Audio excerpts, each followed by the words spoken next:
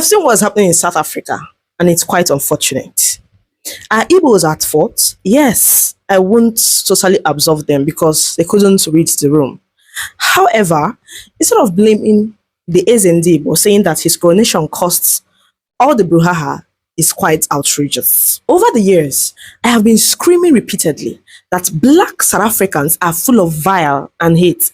And of course, we've seen them using the Dudula movement and other oppressive movements to chase away other foreign nationals in the country. Now, let's tackle this critically. Our Igbo people came together in East London in South Africa to select their own leader. Emphasis on their own leader. The SND Igbo title outside Igbo land is just ceremonial one. The Igbos didn't invade and chase away the blacks in South Africa. They were just on their own, doing their own thing, celebrating their Igbo cultural heritage, and all of a sudden, black South Africans picked offense and said they are arrogant and disrespectful. How are they disrespectful? Did they steal any land? No. Did they force their kings or you lot? They were just on their own, celebrating their culture. And you guys came crushing it. Jesus Christ of Nazareth. So because we are Nigerians, we should shrink and not celebrate our culture and heritage. It is not hate and bitterness. Tell me, Mami Humble. You guys are a bunch of irritants and oh my gosh, I'm so perplexed right now. God forbid. These are your fellow black people. Mandela must be turning in his grave. The ultimate question is, why won't you go after the whites that have systematically overthrown you in your lands? Why? Cowards! That's what you all are. If you have got the balls, go after your oppressors and stop attacking your fellow blacks. Go to Orania. The whites are living there exclusively. You all can't do shit. Or see you flexing muscles over your black brothers because they are celebrating their culture. That's very ridiculous and outrageous. Yeah. Back to my Igbo brothers in South Africa. Please come back and leave their land for them. This is just another excuse to exhibit their xenophobia. As for Henry talks, don't worry. I will address your hate against my people. You are amongst those that stoked the fire that is burning in South Africa. And trust me, you won't go scot-free if anything happens to any Igbo in South Africa. Ndi Igbo, don't worry. I have first-hand gists of everything that happened. I will share it in full tomorrow. Dalawano. My dear Nigerian brothers and sisters, please come closer. I think it's high time we have a family meeting. A family meeting where we'll be very factual and honest to ourselves. Look, either we like it or not, we've made mistakes in the past. And those mistakes are costing us a lot. And we can never deny that. But unfortunately, we cannot turn back the hands of time. We need to think of how to move forward. And the most important thing right now is our safety and our survival. But one thing I'm going to say, and one thing I'm going to advise Nigerians in South Africa, it is time we all begin to make an exit plan. It is time we all begin to think of how to leave South Africa. Because South Africa is no more conducive for us. South Africa of 15 years ago, of 20 years ago, is not the same. The hatred is real. And at every given opportunity South Africans have, they will not hesitate to show that hatred and display it, even if it means taking lives. Now, if we think all what is currently playing out in South Africa is by error, then we are not being factual with ourselves.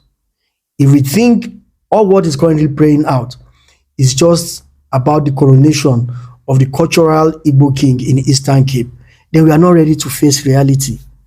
The honest truth is that that situation is an opportunity and excuse for them to further show their hatred against Nigerians and black foreign migrants in South Africa. Whichever way you want to put it, it is by design. And why do I say it's by design? The honest truth is the system is pushing us out systematically. The system is blocking us out. Permits for Nigerians are not being approved. A lot of Nigerians can't operate bank statements anymore. A lot of Nigerians are finding it very difficult to explore a lot of services in South Africa, yet they meet their monthly obligations. They pay their rent, they pay their children's school fees, they pay electricity bill, they pay cable bills. I'll tell you for a fact that 70% to 80% of Nigerians currently living in South Africa bring money from Nigeria to meet their monthly expenses in South Africa. And that is a fact, because there are no opportunities for Nigerians in South Africa. Nigerians are not in the employment space, and Nigerians are not working within the system of South Africa, but still yet they survive. And even that survival, is also a form of hatred. That how come they are surviving? How come they are living a good life while we as citizens are finding it very difficult to survive? But the world is a global village today. Social media, internet is an avenue for any right-thinking person, for any smart person to make legitimate income. The social media space is large and there's a lot of money to be made there. And Nigerians are taking advantage of that opportunity and making it. And also for Nigerians that have businesses in South Africa, not a lot of them are actually making money outside of the Nigerian or Black African migrant environment. My brothers and sisters, I'm not throwing this as a blanket statement on all South Africans, because for a fact, I've met wonderful South Africans. I've worked with incredible South Africans. I know a lot of South Africans that are open-minded. I know a lot of South Africans that believe in one Africa. I know a lot of South Africans that are exposed. I know a lot of Africans that care about their African brothers and sisters. But the honest truth is, majority of South Africans are full of hate. And at every opportunity, every given opportunity they have, they will not hesitate to display and to show it. My brothers and sisters in South Africa, our lives matters. If anyone is killed in South Africa today, justice will not be found.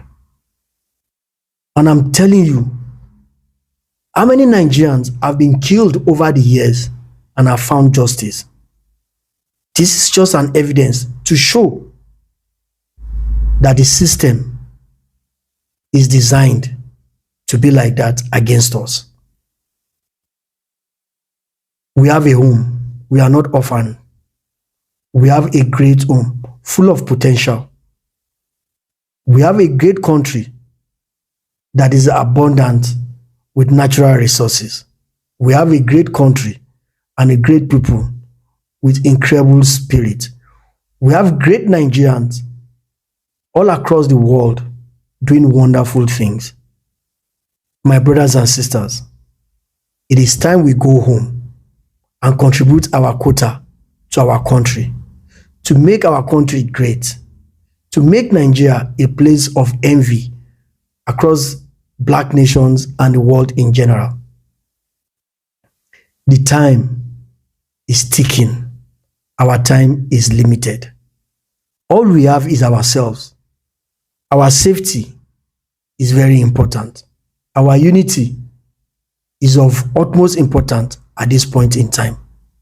Nigeria will surely be great, and the world will see that Nigeria will be great. I'll see you on the next video. My name is Olani Abodedele, but many of you call me The Voice. Thank you. South Africa people, it is Eze Ndi Igbo in South Africa and not Eze of South Africa. Listen guys, sometimes some people do misunderstand this Igbo coronation in abroad. It doesn't violate any sovereignty or anything. It's just that you people are deep rooted in hate for Nigerians. That's why you always have issues with things like this.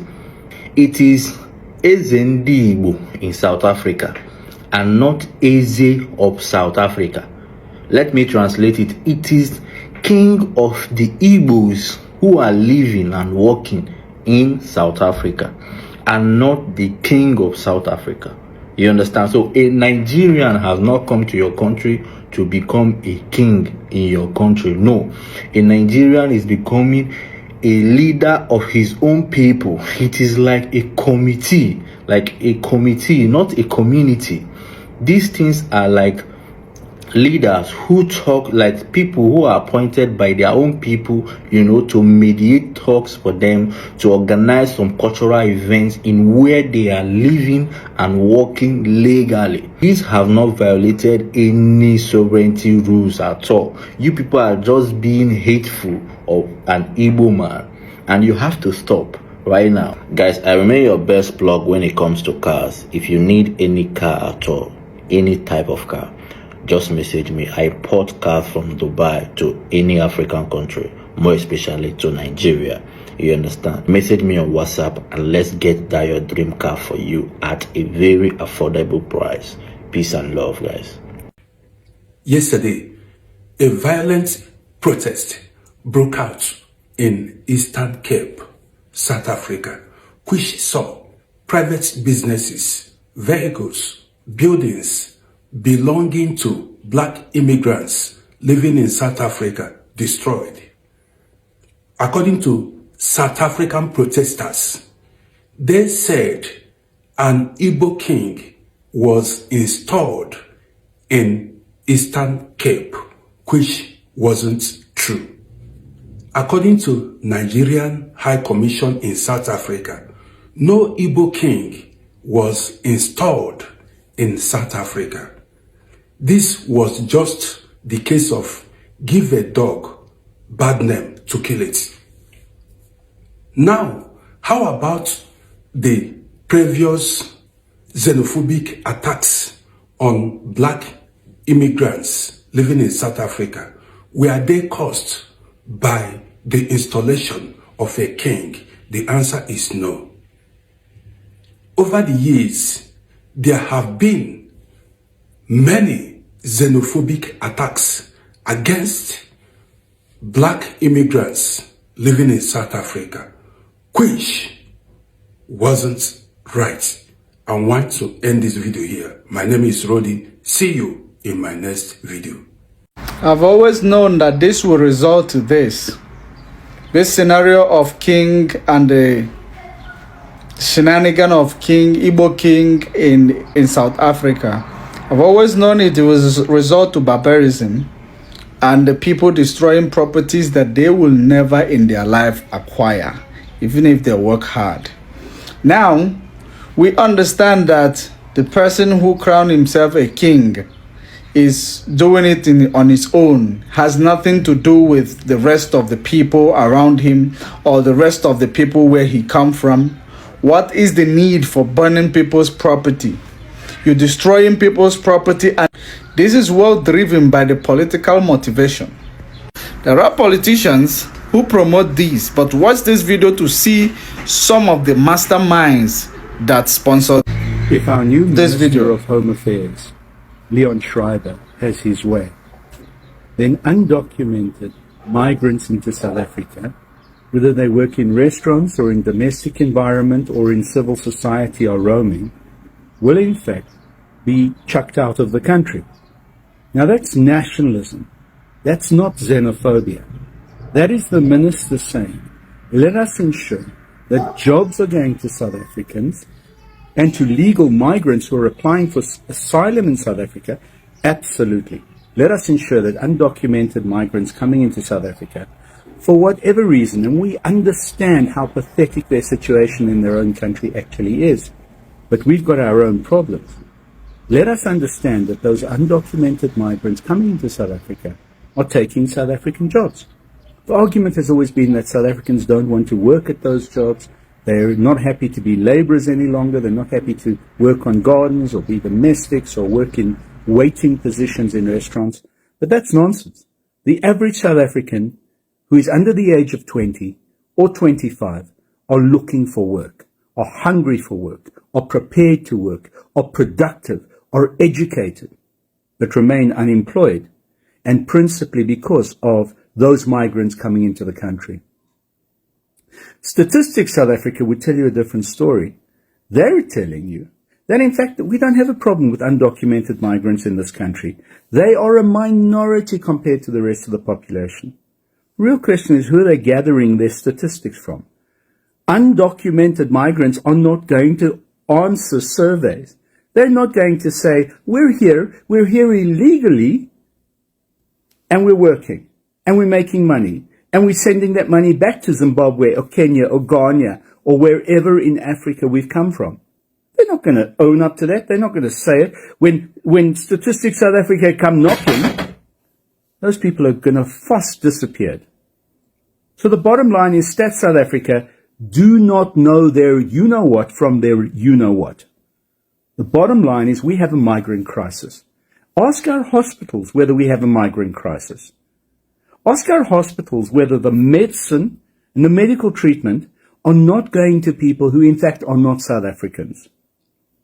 Now, as Minister Schreiber issues this warning to undocumented migrants, irrespective of where they're coming from, there are a number of political parties who obviously are going to have to start shaking in their boots. Because the reality is they've depended on these undocumented migrants for votes, for support politically, sometimes even financially. Now, they're going to have to depend on South Africans voting for them. So watch this space. Either Leon Schreiber will be successful, or he will horribly fail, because the rest of the GNU will completely handicap him. Only time will tell. And the real other question is this: will law enforcement play the game? Okay, the video you just watched was someone of European descent having a comment about the illegality of people, Africans that are being chased all over the place in South Africa. First of all, he is not an African. And even if he eventually became an African, he has no right to basically, talk in this matter of illegality of people, because you might find out he's also illegal. Now, let's calculate based on what he said. He said there are political parties who make use of these illegal foreigners for vote. They use them to achieve vote. Now, tell me the truth. If these people were truly illegal, how would they vote? Does someone who does not have a legal document register for vote in South Africa? The answer is no. So for you to see that it has nothing to do with the illegality of these people, it has everything to do with well-orchestrated plan by people who look like this man talking from the periphery and instigating unemployed black South Africans to go out there and destroy people's properties and businesses. He also claimed that illegal foreigners are taking jobs that belong to South Africans, when they themselves are the people who are presumed to be the job creator, and they are the ones who are distributing these jobs to illegal foreigners as the way he put it. And then the black people will now start fighting. Why can't they say no to illegal foreigners when they come seeking for job? They will give them the job. They will now turn around to use it to create this scenario where people will begin to fight the black African people in South Africa in the name of they're taking your job. That's exactly what's going on. And at the end of the day, the barbarism will be reported all over the world that black people are barbaric against themselves, but they complain about what the white people does to them.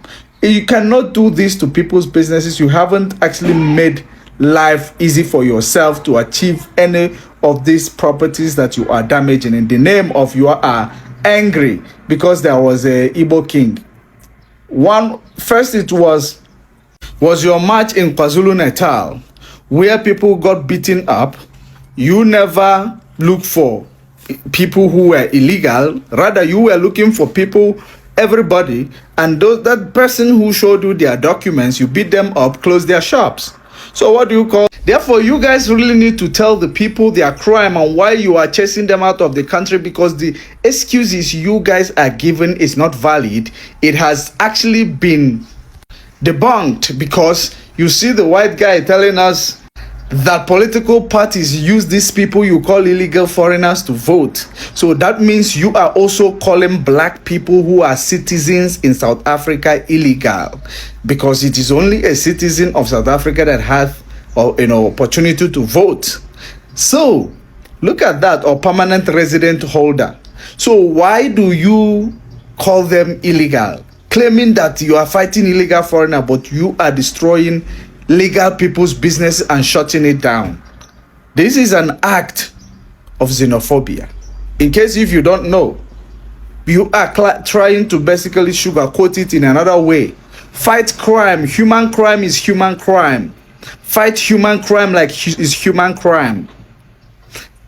Let the police do the job. Let the government do the job. Don't take the laws into your hands. Good day to our viewers all over the world, and welcome back to Local Journal. The issue of this Igbo king in South Africa is causing serious problem there. But the thing is this, I know this whole thing is being misconstrued. It's being misconstrued in the sense that there is nothing like Igbo king in South Africa, but is a Indian Igbo in South Africa, which means the leader of Igbo people in South Africa. And this is not supposed to cause any harm. This was the same thing that happened in Ghana the other time, and it was over amplified and it was misconstrued as well. And in the end, they discovered that these guys were just like haters of Nigeria and like people who don't want Nigeria in their country. Of course, we know in the past so many things have happened and a whole lot of things has happened, but you cannot keep using all those things to punish Nigerians and other African nationals. You understand? This is it. The thing is this, there is nothing like Igbo king whatsoever. It's not even the genesis of this problem. The thing is that they are looking for a slight opportunity to vent this anger and this their venomous anger on Nigerians. This is the only thing they are trying to do. Do you get? They don't want Nigerians in their country and they are doing everything to chase them away. Of course, we know how these people operate. Every other country, I won't blame them at all, because there are no countries in Africa that don't hate Nigerians. It's actually because of our failed government that is allowing us and pushing us out to other people's country. If not, tell me how these people will come and be belittling Nigerians and be insulting or maltreating or treating Nigeria the way they want. There is nothing harmful with this whole or in this whole Igbo king thing. People are thinking he has no political power in that country. He has no power of anything whatsoever. The only thing he has, the only influence he has, is over the Igbos that are in South Africa. But you guys are over amplifying it because of your hate. You guys are like a kind of getting clout from even the Ghanaians as well, so like a kind of give it a connotation that and a meaning that it's not the real meaning. Just because you don't want these people in your country. It's fine if you don't want Nigerians in your country, and Nigerians should begin to do everything they have to do to leave South Africa, because it's not a habitable place for them any longer, because these people have shown in the past that they are xenophobic and they are not people that want people or foreigners in their country. We understand this, and Nigerians should not have even thought of going to South Africa as a place for making greener pastures or ends meet at all, because these people are not, they don't think as if we are one at all. They feel they are more superior to other people because their country is a lot better, a lot more better than so many other countries in Nigeria. And this thing was not even done by them, because of course if it were the normal black South Africans, South Africa will not be the way it is today. It's the whites that did everything they did. It's their colonial masters that put the country in the shape it is today. So I'm not going to be here to whitewash anything or to say anything. All I know is this: the Igbo king or the Eze Igbo in South Africa has done nothing wrong. But if you want to punish every other people because of it, then you have to have a rethink. And the thing is this: Nigerians should be planning and thinking of how to come back to their country and do businesses in their country or to other countries that is more habitable for them. This is my opinion. Drop what you think about this in the comment section. And if today is your first time to visit our channel, please kindly like, share, and subscribe to our channel.